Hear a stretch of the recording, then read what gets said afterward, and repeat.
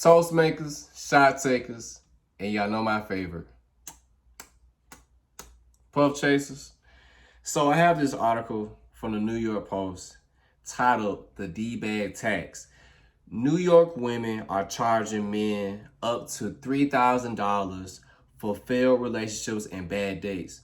So basically, this article is talking about women in New York, I'm assuming in Manhattan, Brooklyn, more so I guess you say, the upscale boroughs of New York City, and how these women are charging men, 50, 100, 200, upwards of $1,000+ for last minute watches of dates, bad relationships, infidelity, just the whole gambit. So in this article, it starts out saying Sarah was fed up. The social worker from New York City who declined to give her name had countless dates counseling her and said at the last minute. So when a man on an app she recently pulled out on a date an hour beforehand, she agreed to reschedule with one caveat, that he would Venmo her $50.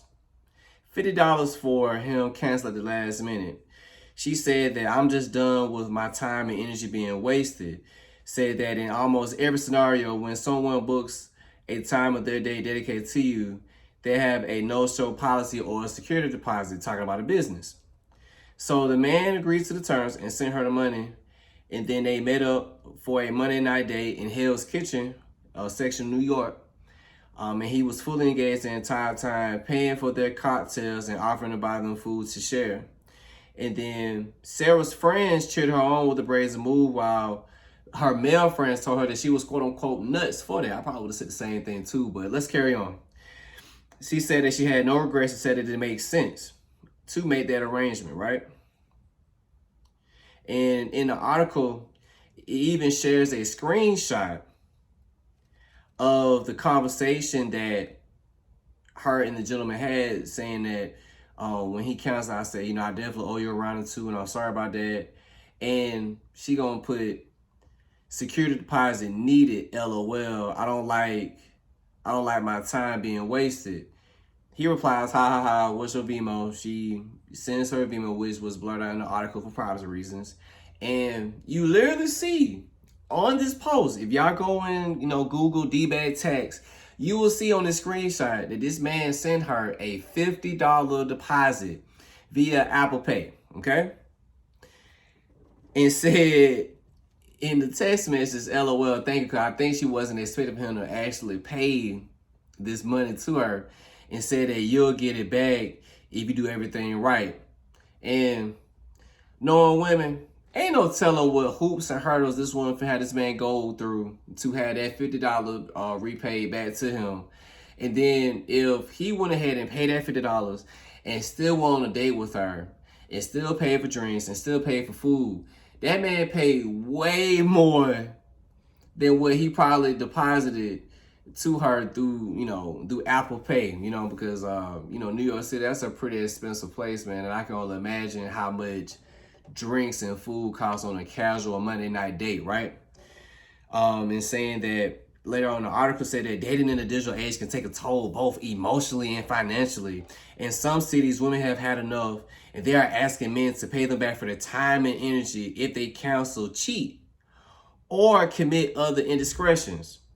And then this other woman, a personal assistant by the name of Martha Dukes, age 38, said that for me, it was just like a way to be like, you're a D-bag, and we know that D-bag means for bag, for the ladies out there.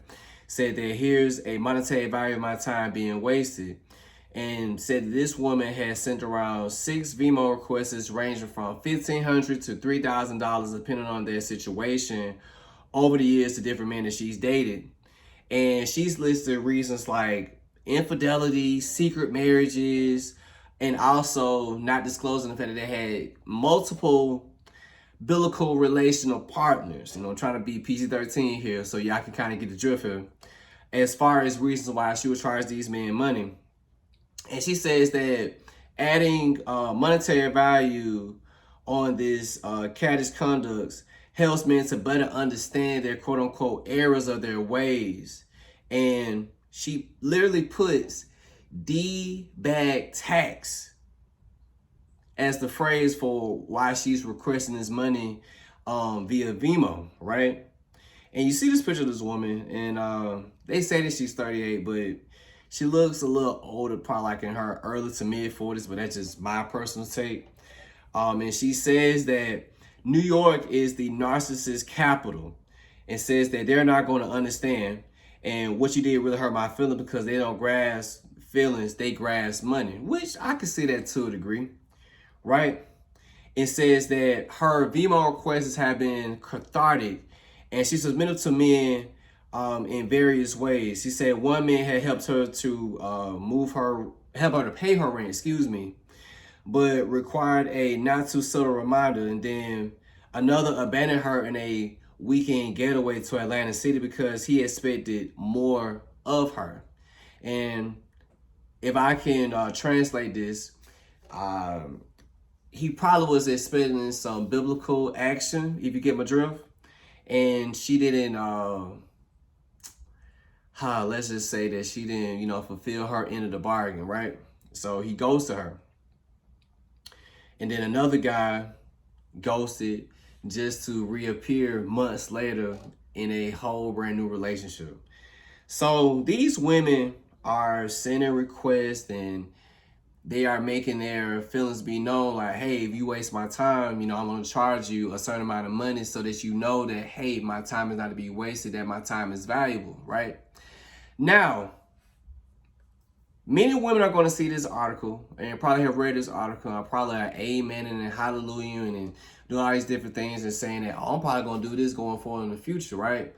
And I can tell you right now that it's only certain men, I like to call them suckers, who are legit going through this bull crap and actually honoring these requests, right? So I just want to say, let's flip this, right? Let's play devil's advocate. What if these are men, okay? Men who establish dates, establish the dinner time, the restaurant we're going to go to, the day that both parties have, schedules that are free for that given time, and she all of a sudden goes ahead and cancels, right? Now, is it okay to have a P tax? Is it okay to have a 304 tax? You wasting my time. I done spent so many hours, so many days trying to plan this evening, trying to plan this event to entertain you, to put myself in a position to be in a, basically just have a good time. Is it okay for men to start doing P taxes? Because women are becoming more savvy in extrapolating money from men. You have less men getting married. You have less men having children. So you can't get alimony, nor can you get child support. Now you're going to start seeing women trying to charge men for failed relationships and cancellation of dates at the last minute, and trying to charge whatever fee that they think that man should pay for that cancellation at the last minute. Now, these women are legit trying to run themselves like honorary businesses that, hey, if you don't honor this appointment that we had, that there's a penalty to pay. Now, if I'm a man and I'm looking at this, I would ignore that and totally block her. Like, man, who do you think you are? Who do you think you are to charge me a sum that large? You literally see these women talking about charging $1,500 to $3,000 for a last minute cancellation of a date.